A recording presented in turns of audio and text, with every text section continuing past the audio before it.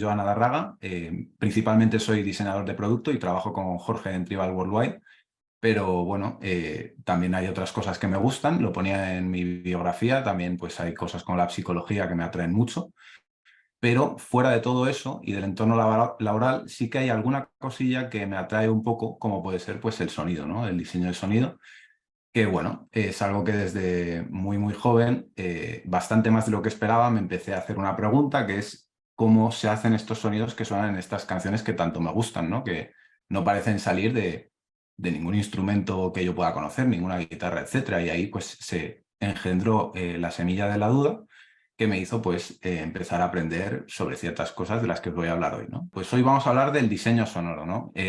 Siempre pensamos como diseñadores de experiencia de usuario, diseñadores gráficos, etcétera, mucho en todo lo visual. De hecho, gran parte del diseño siempre se ha hecho de forma visual y se ha tenido solamente en cuenta este sentido. Pero es curioso cuando pensamos en esos recuerdos que nos han marcado a lo largo de la vida, cómo recordamos bastante más que un sentido. No solamente recordamos lo que hemos visto, también recordamos lo que hemos olido, también recordamos lo que hemos oído. Si estamos comiendo algo, podemos incluso acordarnos del sabor. Y son aquellos recuerdos los más fuertes, los que tienen más intensidad por cada una de estas partes, ¿no? Esos recuerdos más intensos que recordamos con claridad son aquellos que por los sentidos pues, nos estimularon mucho.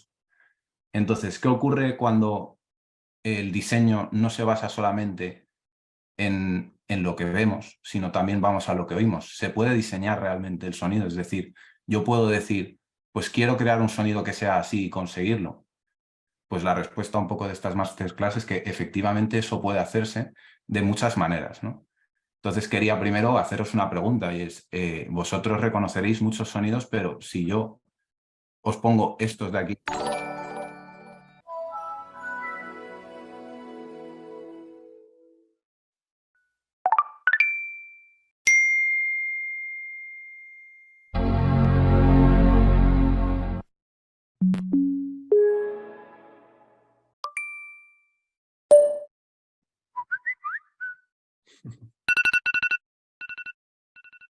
posiblemente con estos sonidos más de uno de vosotros se haya exaltado, sobre todo con el último, porque es una muy mala noticia, que es Wake Up. Entonces, ¿cómo es posible que estos sonidos estén tan metidos dentro de nuestro cerebro? Y es porque han sido minuciosamente pensados por aquellas personas que los han llevado al producto digital, ¿no? En este caso en concreto. Muchos de ellos han sido diseñados de forma analógica y son grabaciones, pues por ejemplo, en el caso de la notificación del iPhone de un platillo, pero hay otras cosas que, ¿cómo se han hecho? Si no suenan ni a guitarra, ni suenan a violín, ni suena a un golpe de algo metálico, etcétera, ¿cómo se han podido hacer, ¿no? Entonces ahí es donde viene mi segunda pregunta, que es, ¿este sonido cómo creéis que se ha hecho?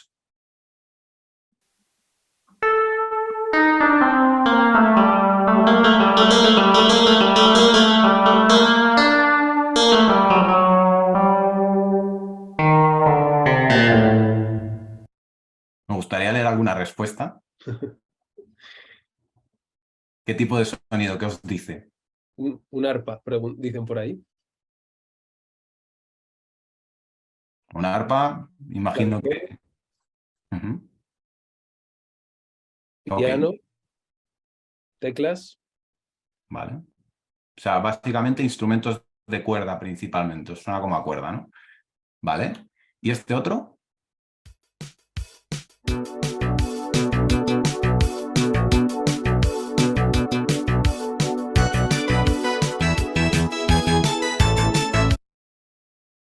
¿Y si son el mismo instrumento? Es decir, ¿y si estas dos cosas tan sonoramente dispares se han generado de la misma manera? Pues efectivamente, este primer sonido está hecho con un teclado especial y ahora ahondaremos un poco en qué es exactamente. De hecho, este teclado está aquí al lado mío y es un sonido que he diseñado yo. Y el segundo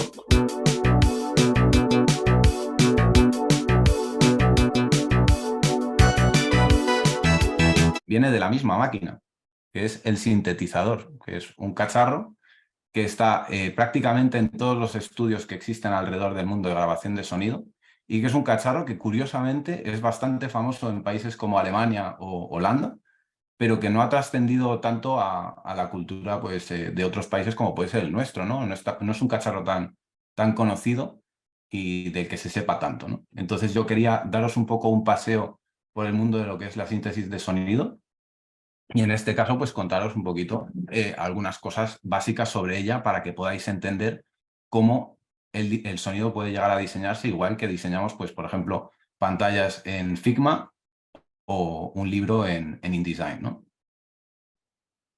¿Qué es un sintetizador? Pues un sintetizador es esta máquina, pero en realidad tiene cientos de miles de formas, es decir, hay 1000 formas de sintetizador, pero todos ellos pues tienen estructuras similares y vamos a entrar un poquito en detalle de eso, las mismas piezas y los mismos componentes.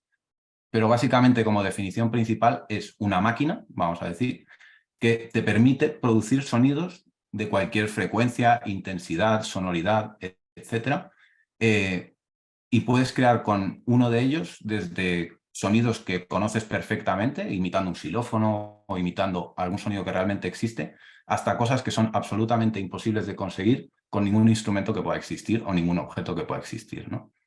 Entonces las posibilidades se vuelven infinitas. ¿Qué pasa? Que generalmente conocemos el sintetizador o el que conoce el sintetizador lo conoce como un piano y muchas veces se confunde con él, pero realmente ¿en qué se diferencia un sintetizador de un piano? Porque es lo que vemos, ¿no? Muchas personas con las que he hablado sobre este tema y que no tenían conocimiento previo me han dicho, ya, hombre, pero ¿qué hace el DJ entonces cuando está en escena, ¿no? ¿Qué es la mesa de mezclas? Pues realmente la mesa de mezclas lo único que hace básicamente es permitir la transición de una canción a otra en un live show, pero realmente no está generando ningún sonido. Las canciones ya vienen hechas de alguna manera y lo que hace el DJ es una performance en la que mezcla esas canciones y hace que la energía de la gente que consume esa música pues varíe y ahí está la magia, ¿no? En la performance, pero no en generar o crear música o diseñar sonidos siquiera. Simplemente pues es para el show, ¿no? Entonces descartamos la mesa de mezclas como forma de hacer sonido y tendremos que dejar a nuestros DJs favoritos pues que sigan haciendo sus performances, pero realmente donde ellos hacen la magia es en su estudio y aquellos, pues, por ejemplo, que hacen música electrónica, pues tienen sintetizadores en sus estudios, ¿no? Así que dejamos los DJs a un lado y nos vamos a ver el sintetizador, ¿no? Y vemos que tiene dos partes, una en la parte inferior que conocemos todos, ¿no? Que al final es el teclado, que es, vamos a decir, por donde nosotros decidimos qué notas van a sonar, y a efectos prácticos funciona exactamente igual que cualquier piano, con la diferencia de que estas notas no tocan, vamos a decir, las cuerdas físicas de un piano, sino que lo que hacen es enviar señales eléctricas a un circuito con una serie de variables que vamos a ver ahora y que básicamente producen el sonido que nosotros queremos. Es decir, tocando todo este panel de arriba, en la parte de abajo pues tenemos este teclado, ¿no? Pero en la parte de arriba tenemos un montón de variables y con estas variables, toqueteándolas, es con lo que vamos a diseñar el sonido, ¿no? El teclado no es lo importante en absoluto. Lo importante es la parte de arriba y el teclado no es la única forma de hacer entrar el sonido, ¿no? Lo que viene ahora, que es bastante curioso, es cómo una persona ha conectado una planta, literalmente, y los impulsos electromagnéticos que tiene esa planta, esa electricidad que genera como ser vivo, cómo lo ha conectado a un sintetizador interpretando esas frecuencias que envía la planta como notas.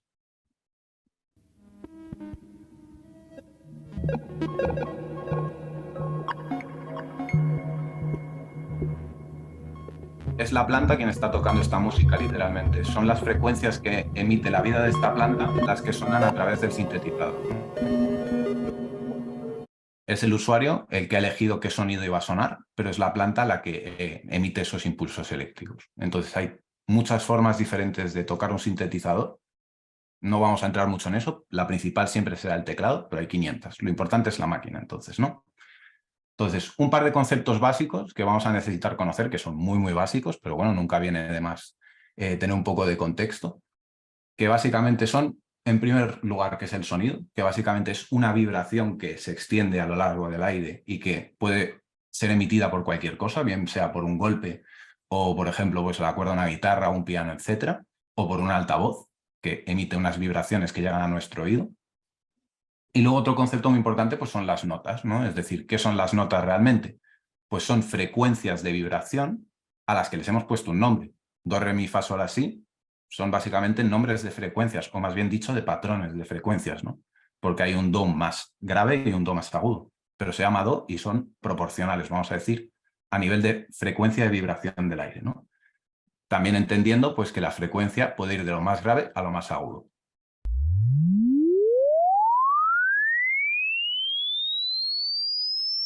Y este pequeño recorrido, por entendernos, es el que hace que haya subfrecuencias y sonidos, pues, por ejemplo, como pueden ser el de un bajo, o sonidos mucho más agudos, como por ejemplo puede ser el grito de un animal.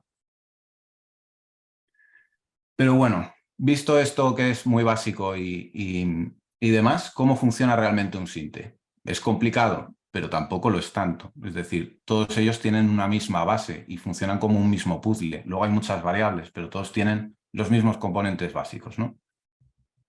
Esto es un sintetizador. Concretamente, este de aquí es un ARP 2600, que es un sintetizador de los años 80, que ha hecho sonar posiblemente muchos de los discos que os han emocionado a lo largo de los años, especialmente gente que ha tenido la suerte de vivir los años 80 y la era álgida, vamos a decir, del uso de los sintetizadores en la música, ¿no? Porque los sintetizadores empiezan a principio del siglo XX, pero es verdad que pues, luego, a lo largo del siglo XX, más bien hacia el final, es cuando se empieza a experimentar con ellos en la música. Y entonces aparecen pues cacharros como este tan famoso que han usado grupos pues desde Pink Floyd, pasando por New Order o muchísimos otros grupos que conoceréis, llegando incluso a generar pues géneros propios musicales como pueden ser el techno o la electrónica y el EDM, etcétera. Todos estos géneros que tanto se han extendido hasta el día de hoy, dando lugar pues también a posibilidades como el trap u otros muchos subgéneros que han ido naciendo a lo largo de estos años y que han tenido el sinte como uno de sus núcleos en la música, ¿no? Entonces os dejo un momento que oigáis cómo suena un sinte.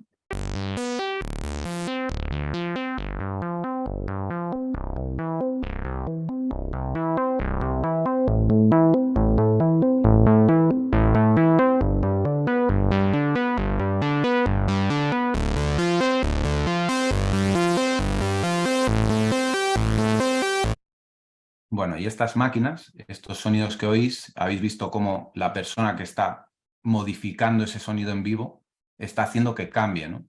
Y lo que está haciendo literalmente es cambiar parámetros para hacer variar el sonido progresivamente, que eso se oye mucho en la música y también se oye mucho en los sonidos pues, de nuestras aplicaciones o, o productos digitales a los que estamos acostumbrados, ¿no? Entonces, estáis pensando, vale, ok, acabo de ver un cacharro lleno de botones, esto va a ser muy complicado, pero en realidad es bastante sencillo. O sea, tiene, vamos a decir, 4 partes fundamentales. Entonces vamos a intentar entenderlos y explicarlos para el público general, ¿no? Para que el día que yo me ponga delante de un síntesis y tengo esa suerte, pues yo pueda saber qué hacer con él o por lo menos leer qué pone y decir, vale, esto es un filtro o esto es esta parte. Entonces, ¿de qué se compone un sinte? Todos los sintetizadores tienen las mismas partes esenciales, que son las siguientes. Bueno, esto es muy gracioso porque esto viene de un sintetizador virtual de que os dejaré el enlace pues, al final de la charla para que vosotros podáis cacharrear por vuestro lado, pero básicamente es una web en la que pues, tú puedes montar un poco tu sinte virtual. Entonces, lo curioso es que se parece bastante al logo de Mr. Marshall, que lo estuve pensando mientras hacía la charla. Luego lo veremos funcionar porque os compartiré otra pestaña y iremos diseñando sonido. Pero básicamente se compone de 4 partes un sintetizador, ¿no? La de la izquierda del todo, que es la principal, que realmente es la que hace que el sonido ocurra, que es el oscilador, que es esa parte que hace vibrar, vamos a decir, que genera el sonido. Luego está el filtro, que veréis que sirve pues, para barrer frecuencias y elegir si los sonidos que van a sonar son más graves, más medios o más agudos y poder modificar eso en todo momento, incluso de forma progresiva. La envolvente, que viene a ser pues cómo reacciona, vamos a decir, ese sonido al teclado cuando yo lo toco. Y el oscilador de baja frecuencia que me sirve para modificar otros parámetros del sinte. Todo esto ahora mismo suena muy complicado, pero vamos a hacer un live demo y lo vais a ver funcionar y lo vais a entender súper fácil, ¿vale? Entonces, vamos a empezar por el oscilador, que suena bastante obvio, pero lo que hace es generar una primera vibración, ¿no? Vamos a decir que es un circuito analógico normalmente en los sintetizadores de verdad, vamos a decir, lo que hace es hacer vibrar un circuito y eso es lo que genera un sonido, ¿no? Pero ¿cuál es el tipo de onda más puro, del que parte toda la síntesis. Toda la síntesis parte de un tipo de onda que todos hemos visto en el colegio, que es la onda sinusoidal. Seguro que os acordáis de esa onda perfecta, que es así como una especie de ola. Y de ahí es de donde parte cualquier sintetizador a la hora de generar sonido, ¿no? Entonces, literalmente lo que hace este pequeño componente es generar una vibración sinusoidal, a partir de la cual va generando capas y capas y capas y capas de más ondas sinusoidales que se van sumando y con las que podremos generar otros sonidos más allá del que genera una onda sinusoidal. Pero la pregunta es, ¿cómo suena una onda sinusoidal? ¿Cómo suena la base de todos los sonidos que tú puedes generar con un sintetizador? Entonces, ahora es cuando me gustaría compartiros, a ver si me deja, está aquí, me gustaría compartiros el sintetizador. Entonces, deberíais ver ahora mismo. ¿Estáis viendo, no? Sí. Vale. Entonces, esto de aquí es un sintetizador virtual, ¿vale? Si os gusta, pues se llama modsynth.io, tenéis aquí la dirección web y podréis cacharrear con él. Basta con tener un ordenador, una conexión a internet y el teclado del ordenador con el que podréis tocar este falso teclado de piano. Podéis oír las notas, ¿no? Pues esto es a lo que suena un sintetizador cuando tú lo enciendes y pones la onda sinusoidal, que es la más básica. De este sonido es del que sale toda la música, ¿no? Entonces, ¿qué puedes hacer con un oscilador simplemente? Pues el oscilador tiene varios tipos de onda. Tiene la onda sinusoidal, la triangular, la cúbica y la diente de sierra, que son los 4 tipos básicos de onda que suele traer un sintetizador. Luego hay infinidad de sintetizadores que vienen con 500 tipos de onda, etc. Pero estos son los básicos, ¿no? Entonces, vamos a poner una sinusoidal, por ejemplo, para que oigáis cómo suena una onda de triángulo, que es muy parecido, solo que tiene unos pocos más armónicos, suena más rica. La cúbica, que la conoceréis muchos, sobre todo amantes de los videojuegos, porque es la que suena en los 8-bit en general. A lo mejor os suena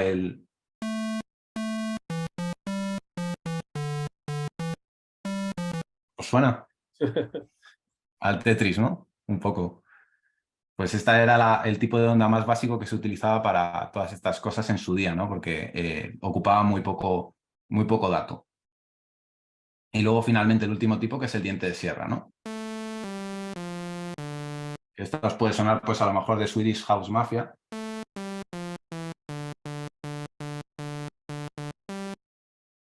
¿no?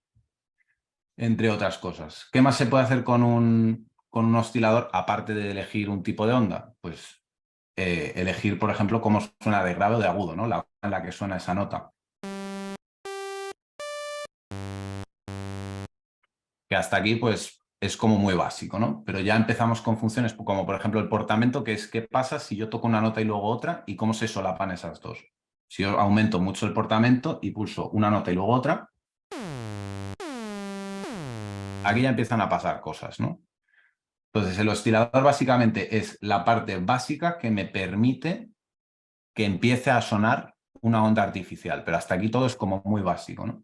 Entonces, el primer componente, que es el oscilador, que quede muy claro, que para lo que sirve es para emitir una onda básica. Y a partir de esa onda básica, yo ya puedo empezar a hacer más cosas, ¿no? Entonces, aquí en la derecha hay un menú del cual yo puedo empezar a traer otras piezas del sintetizador. La segunda de estas piezas, pues es el filtro, que básicamente lo que hace es permitirme filtrar el sonido de tal manera que puedo hacer que suene la parte más grave del sonido o la más aguda, ¿no? Entonces vamos a escucharlo.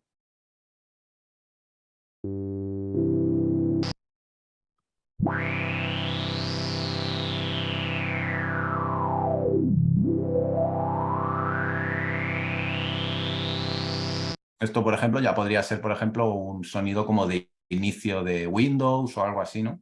Ya empieza a sonar un poco más rico. Y básicamente lo que hace el filtro es eso, filtrar ciertas frecuencias y dejar a otras pasar. Y luego hay otra cosa que se llama resonancia, que lo que hace es acentuar dónde estoy cortando esas ondas, ¿no? Ya está desagradable. Más componentes de un sintetizador y ya los vamos a entender a los 4.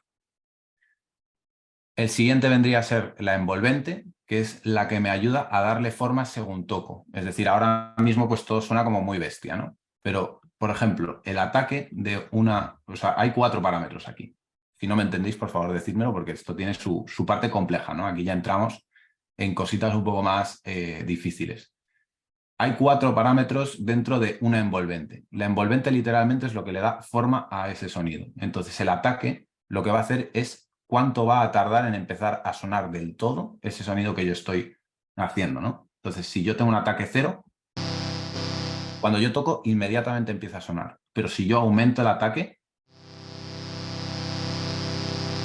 el sonido tarda en llegar. Y cuánto ataque tiene mi sonido es cuánto tarda en llegar a su punto máximo ese sonido, ¿no? Por ejemplo, pues quiero que sea un poco más bestia, pero...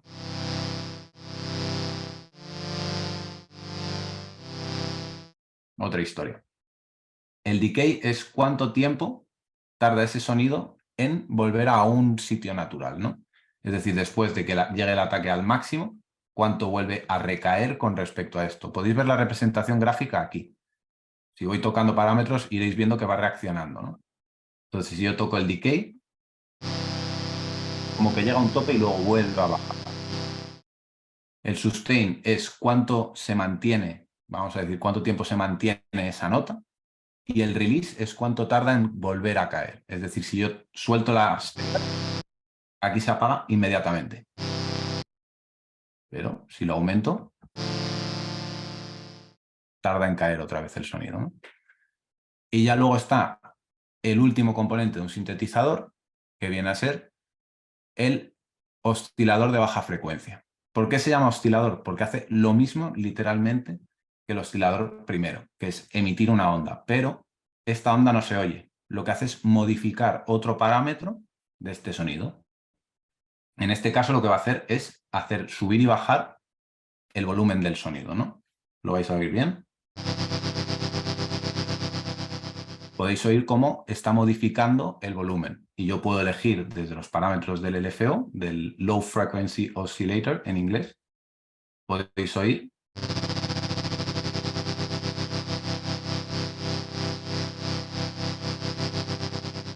¿vale? Habréis oído este recurso en música cientos de miles de veces. Y la profundidad con la que esa onda afecta al sonido, produciendo desde un vibrato muy leve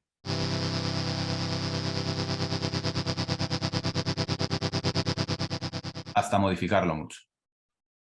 Y esto es un sintetizador, no hay más piezas esenciales en un sinte. Luego, obviamente, pues hay muchas variables según el modelo o cosas que hayan querido meter los fabricantes, pero generalmente un sintetizador, entendiendo estos 4 conceptos, podríais diseñar prácticamente cualquier sonido que se os venga a la cabeza. Entonces volvemos, si queréis, a la presentación. Y aquí pues vamos a ver rápido por encima todo esto, los 4 tipos de onda que os comentaba, sinusoidal, triángulo, cuadrada y diente de sierra, que son las que puede emitir un sintetizador. Esto es un osciloscopio, quería que vierais cómo realmente ocurre la síntesis de sonido, que es bastante curioso, ¿no? Entonces os voy a poner un segundito esto para que lo podáis ver.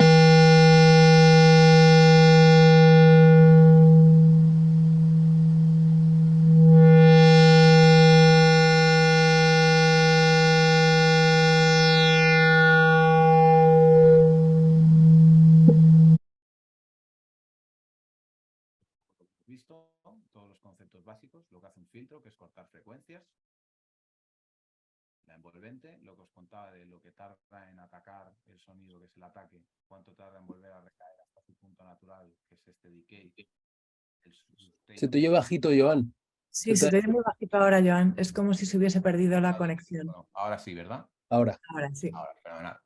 Y nada, luego está cuánto aguanta este sonido y cuánto tarda en volver a caer, ¿no? Que es lo que veíamos en la envolvente. Y luego el oscilador de baja frecuencia, que bueno, habéis oído, o sea que lo doy por entendido. Pero hay un último plot twist en los sintetizadores y es que hasta ahora lo que hemos visto son, vamos a decir, circuitos cerrados, ¿no? Es decir, una fábrica ha hecho un cacharro con el que yo puedo hacer sonido, pero ¿y si yo puedo elegir los trozos que componen mi propio instrumento? Y esto es lo que se conoce como síntesis modular, que vamos a decir que es lo más friki que existe dentro del mundo de la síntesis, que es cuando una persona decide hacer su propio instrumento. Podéis ver aquí cómo ha pegado pegado piezas y las ha conectado entre sí como a él le ha parecido para diseñar la pequeña.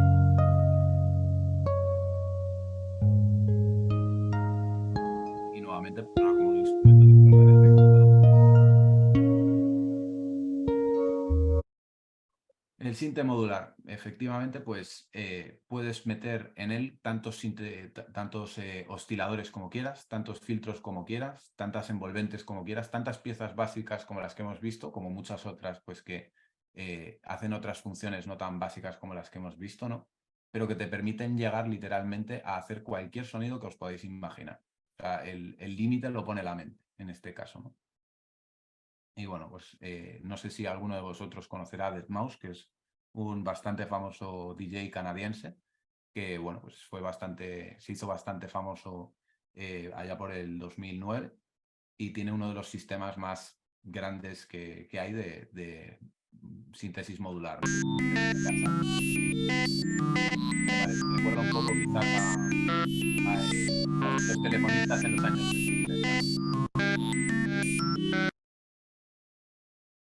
Bueno, y ahora viene la pregunta, ¿cómo uso yo esto en producto? ¿Cómo se utiliza el sonido sintético en producto digital, ¿no? Y ya con esto cerramos esta charla. Pues el momento en el que se usan, una vez yo lo he diseñado y utilizo, pues bien sea un sintetizador o también pues hay otras formas como utilizar un micrófono y grabar determinados sonidos para meterlos en el producto digital, ¿cómo se hace esto? Pues básicamente los podemos poner en varios momentos, ¿no? O sea, uno de los momentos más famosos o más recurrentes a la hora de utilizar estos sonidos que podamos generar bien con un sinte o bien de forma analógica mediante la grabación con micrófono, pues es el branding, ¿no? Y esto es lo que veíamos al principio, vosotros mismos reconocíais varios sonidos que se ponían como algo vuestro, ¿no? Pues por ejemplo el de inicio de Mac, etcétera. Y os voy a poner aquí algunos y vais a reconocer la marca mucho antes de ver siquiera el logo.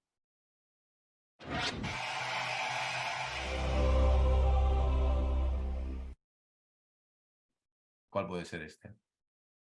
HBO.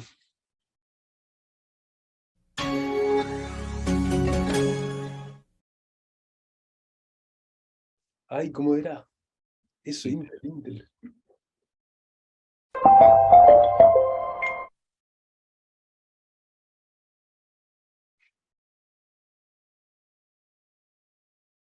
Este lo conocéis todos, pero vamos.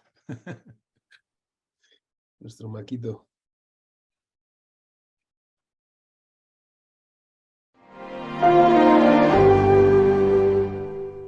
Es menos famosillo.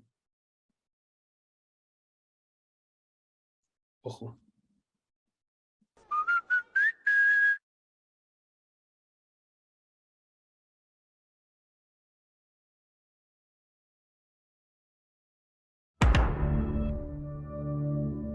Y este es el emblema del branding sonoro, que es Netflix.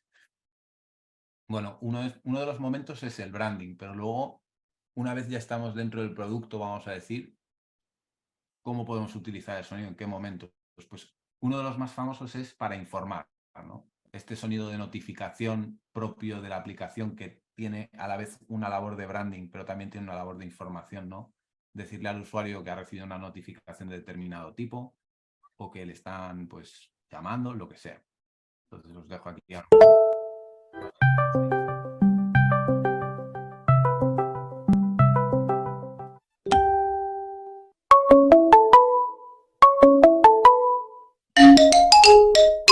Entre otros, ¿no?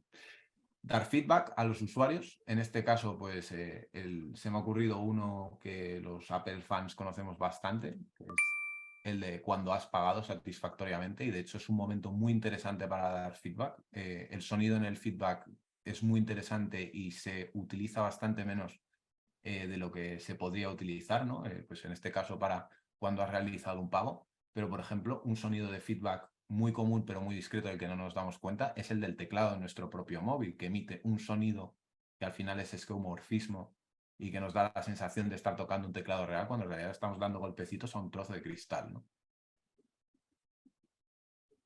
¿Se os ocurre algún momento más en el que se pueda utilizar en producto el sonido? Os dejo esta última reflexión.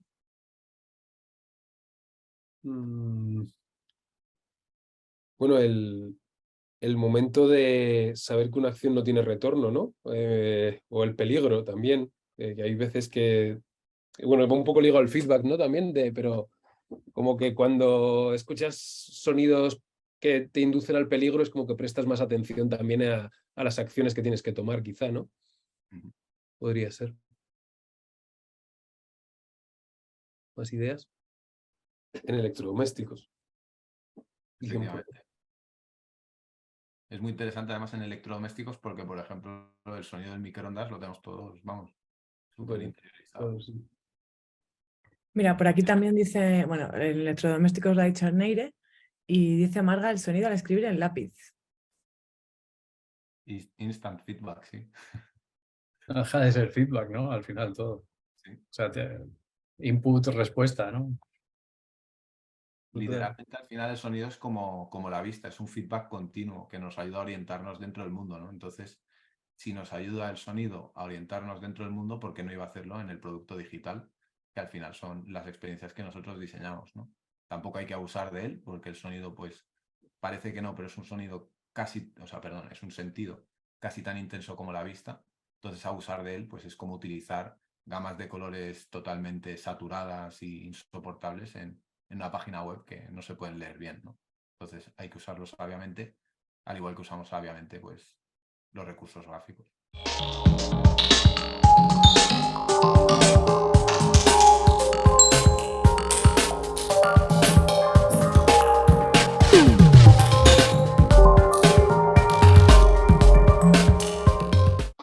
Hay 3 preguntas por YouTube. Por aquí, sobre todo, ha habido participación en el Zoom. Ha habido varias personas que estaban escribiendo cuando estaban sonando los sonidos, ¿no? Relacionándolos con la marca, ¿no? O sea, han puesto HBO, Intel, Whirlpool, casi, Mac, Inlevinit, bueno, han acertado casi todos. Incluso, bueno, ha habido una referencia a Sega que no era, pero se parecía. Yo también he pensado uno que había una relación.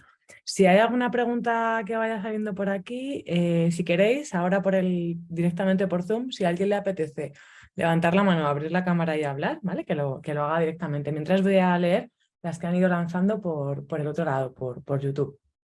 Comentaba, cuando estabas trasteando con el sintetizador digital, ha hecho una referencia a María Eugenia, a que le recordaba a Giorgio Moroder, que, bueno, pues compositor, ¿no? Y productor de los años 70, que se considera el padre de la música disco. Y también cuando estabas trasteando, preguntaba a María Eugenia que cómo se puede hacer o cómo haces para grabar lo que vas haciendo. Si se puede hacer con el mod Synth, que lo he compartido el enlace yo directamente también, lo he buscado, ¿vale? Para que sepas que ya lo he compartido por ahí por el chat. ¿Cómo haces para grabarlo y luego poderlo incorporar en los productos digitales? Oye, pues me encanta la referencia de Giorgio Moroder porque denota un conocimiento bastante grande de la materia, porque es uno de los primeros que utilizó el kick sintético. El kick es el bombo sintético en la música electrónica, ¿no? Es decir, un bombo que no es grabado, sino que es generado con un sintetizador. Y de hecho hay una canción de Daft Punk, del último álbum, que rememora justamente esto, ¿no? Es Giorgio contando su historia y es bastante guay. Pues contestando a la pregunta, efectivamente con este synth online no se puede grabar, podéis trastear y entender un sintetizador. Pero sí que hay varias formas, ¿no? Hay programas que se llaman DAW en inglés, Digital Audio Workstations, y hay pues un porrón de ellos, pues el más famoso suele ser pues Ableton, Logic Pro por la parte de Apple o muchos otros como Fruity Loops Studio, que son programas profesionales de edición de audio, ¿no? Y lo que te permiten pues es, tanto si tú tienes un sinte físico o un sinte virtual que tú puedas tener en tu ordenador, que estos programas pues dan soporte para ello y hay un mogollón de tutoriales en YouTube de cómo empezar a grabar todo esto. Se puede generalmente con estos programas y hay versiones gratuitas con las que se puede empezar a trastear y hacer música con tus propios sonidos.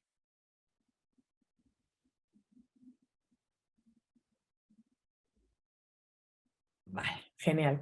Estaba justo buscando y compartiendo también por el chat. También pregunta Fernanda, ¿hay alguna combinación de los parámetros de los componentes para crear un sonido que se perciba de cierta forma? Por ejemplo, tranquilo, misterioso, agitado. Pues eso en concreto, el componente del sintetizador que más te va a ayudar a conseguir esos efectos es la envolvente, que al final es la que hace que con el teclado pues empieza sonando más suave. El ataque, por ejemplo, es uno de los parámetros estrella a la hora de hacer que un sonido sea menos agresivo, porque empieza de forma más gradual, lo cual lo hace más tranquilo, ¿no? Y luego pues todos aquellos sonidos que utilizan como base ondas sinusoidales y ondas triangulares tienden a ser bastante más suaves que aquellos que utilizan ondas cuadradas y ondas de diente de sierra, por ejemplo. También pregunta Fernanda, hace una siguiente pregunta, ¿cómo se hacen pruebas? Claro, en este caso, ¿cómo se hace ya no tanto la investigación, sino el testeo? ¿Cómo se testea que los sonidos se están percibiendo como se espera? ¿Hay alguna dinámica especial o cómo se suele realizar?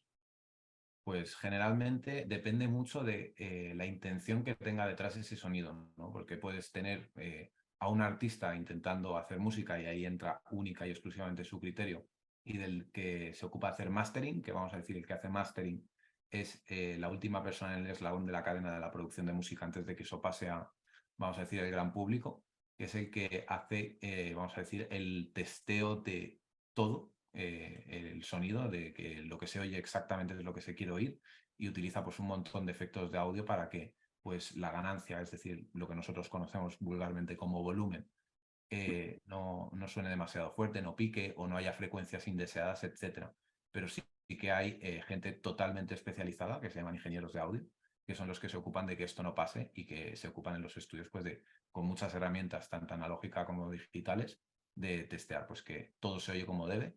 Y de hecho hay mucha ciencia detrás del mastering. También encontraréis infinidad de vídeos de YouTube relacionados con esto, porque no solamente está la parte más relacionada con que se oiga bien, sino que también tiene que oírse bien en el teléfono móvil, en un ordenador, con auriculares, en una discoteca, etc. Entonces, el ingeniero que se ocupa de hacer esto tiene que crear, vamos a decir, muchos formatos de salida adaptados para cada uno de estos entornos. Y ahí hay bastante tela. Hay otra pregunta muy interesante que lanza Laura Plaza, y dice, ¿cómo se puede utilizar esto en accesibilidad? Qué interesante. Pues sobre esto sí que vi alguna cosa relacionada con el diseño del sonido que emiten los intermitentes de los coches, que es bastante curioso, ¿no? Y es cierto que hay determinadas frecuencias que son más propensas a no ser oídas, ¿no? Por ejemplo, cuando somos muy niños, pues hay frecuencias muy agudas y frecuencias muy graves que los niños pueden oír, que según vamos madurando y vamos perdiendo, por lo tanto, audición, pues no se pueden oír. Con lo cual, una garantía de que un usuario pueda oír tus sonidos es quedarte mucho en los medios, porque perdemos tanto por graves como por los agudos, pero todas esas frecuencias que quedan en medio son las que más se oyen. Es decir, la parte más grave, un bajo, por ejemplo, oído en mucha distancia, es un sonido que puede perderse. O, por ejemplo, un chirrido también, a pesar de ser ondas con mucha energía, pueden no oírse. Entonces, la garantía es quedarse en el espectro más medio de frecuencias. Y con eso, pues, garantizas cierta accesibilidad. Qué interesante. Sí, yo he leído la pregunta igual y he pensado, ojo, qué buena pregunta. La verdad es que muy buena. El nivel está muy alto. ¿Cómo utilizarlo? Yo sí conozco algún proyecto de estos de Fundación 11, que es verdad que siempre tendemos a pensar que se centraliza en ciegos, pero también trabajan con la comunidad sorda. Y es muy curioso cómo perciben ellos los sonidos, ¿no? Por ejemplo, el flamenco es un tipo de música que suelen escuchar mucho, sobre todo por la vibración, ¿no? Con el tema de la caja y en la caja, cómo retumba el sonido en el suelo, y sí que es cierto que las salas donde suelen ir tienen una vibración especial, ¿no? Están hechas con un material especial que vibra mejor para que ellos puedan percibir el sonido. No sé cómo se podría trasladar eso a mundo digital, claro, es más complicado, tendría que ser probablemente quizá a través de una vibración, ¿no? Lo mismo, algo similar.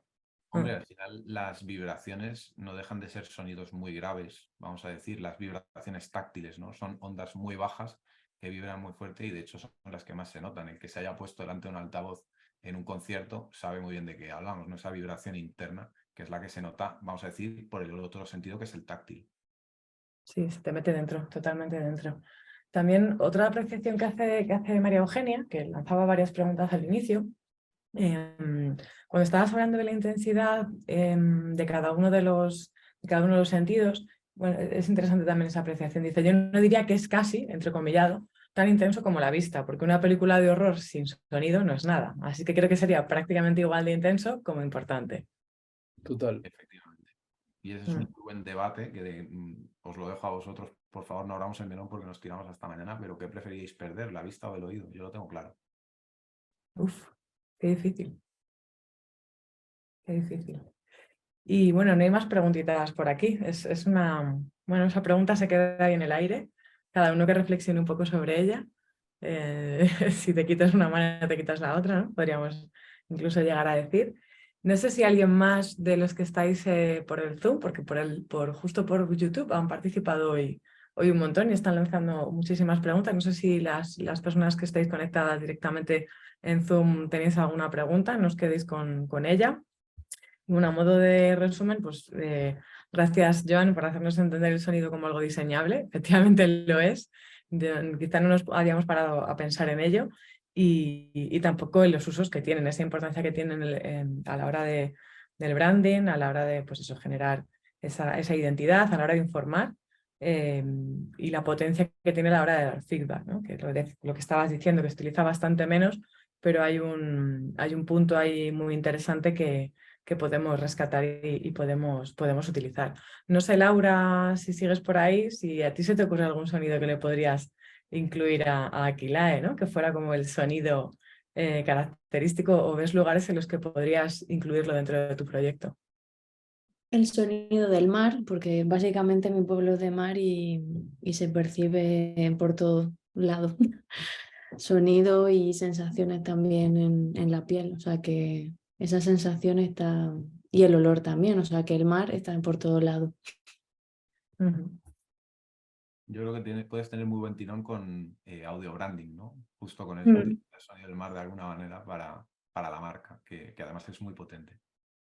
Y también bueno, el libro que os comenté anterior era muy de tacto porque hablaba del esparto y estaba todo ahí.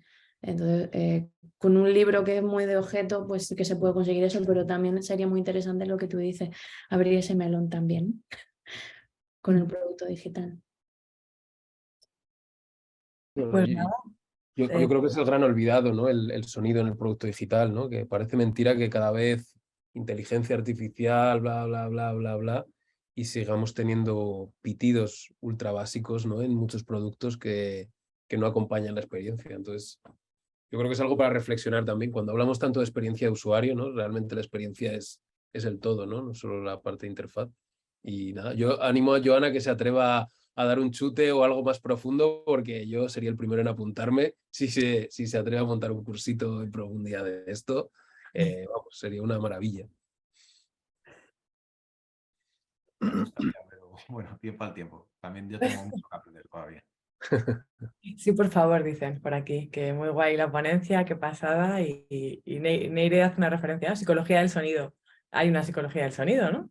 Sí, la hay. Sí, la hay. Claro, está ahí. ¿Alguna recomendación si quisiéramos profundizar un poco sobre esto, sobre esos sentimientos o esas sensaciones que queremos compartir o trasladar a través del sonido, o cómo introducirla dentro de los productos? Vamos a dejarlo en producto digital, ¿no? Por no tangibilizarlo en pantallas, como decían al inicio Jorge y Andrés, ¿no? Que al final el diseño se puede hacer de muchas formas y no tiene por qué ser única y exclusivamente pantalla. Si quisiéramos profundizar un poquito más sobre esto, ¿a dónde tendríamos que ir? Has comentado que hay muchos tutoriales en YouTube si queremos trastear con esto de los sintetizadores, del mastering, pero si queremos así un poquito de teoría, algo que libro. nos genere una base, ¿dónde podríamos dirigirnos? Este libro lo recomiendo un montón para gente que le pique la curiosidad, que es de David Byrne, que es un pedazo de músico y que explica de pe a pa todo el tema de cómo funciona el sonido y la música. Y aquel que quiera meterse en el mundo, aquí hay desde conceptos de psicología del sonido hasta temas de física, y para ahondar, pues es un muy buen libro. Y luego en YouTube hay material insaciable, o sea, el que quiera aprender sobre el sonido lo tiene a un clic de distancia. Pero bueno, si se me ocurren referencias, sí que os las mandaré ahora mismo. Es el líder de Talking Heads, ¿no? Es. Claro, vale, me sonaba el nombre y ahora al mirarlo digo, sí, tiene que ser. Tiene que ser. Genial, lo comparto por aquí por el chat, ¿vale? Para que lo podáis rescatar, quien quiera. ¿Vale? Bueno, os he cogido el primero, sale de la FNAC, pero lo podéis mirar simplemente para que lo tengáis por aquí a mano. Y lo dicho, muchísimas gracias, Joan. Yo me quedo con ganas de seguir investigando. Creo que el resto de personas que ha asistido hoy en directo y que lo va a ver después en diferido va a tener ganas de seguir profundizando. Muchísimas gracias por esta pequeña, gran masterclass, y también a Laura por compartirnos tu proyecto, que además sabes que tenía muchísimas ganas de escucharlo y me ha sorprendido muy gratamente. Gracias a vosotros. Si queréis hacer alguna recogida, decir alguna frase a modo de despedida, adelante. Y si no, pues nos vamos por aquí despidiendo. Deciros que estamos grabando la masterclass. Si la queréis volver a escuchar, la vais a poder escuchar y ver, pero sobre todo escuchar. En este caso va a estar disponible en breve en el canal de YouTube, donde hay más de 60 vídeos ya, y seguro que encontréis alguna cosita más por ahí interesante, y que también hay más masterclass durante este mes que viene bastante movidito. Así que nada, dicho esto, os cedo la palabra para que os despidáis. Dejo por aquí también el enlace a YouTube y el enlace al Eventbrite por si queréis ver el resto de las charlas que hay, y muchísimas gracias por estar con nosotros. Pues sí, Gracias. un placer. Un verdadero placer poder venir aquí, la verdad. Siempre que vengo aquí me lo paso fenomenal y me dejáis contar alguna cosita guay, o sea que Qué os lo bien. agradezco un montón. No pasa nada, Joan, ¿eh? Cuando quieras, tienes, vamos, las puertas más que abiertas. A mí, yo estoy en correo de vosotros. Bueno, pues nada, mil gracias a todos y gracias a ambos por pasar este ratito y a todos los que habéis estado por ahí. Gracias. Venga, Hasta gracias. luego. Chao.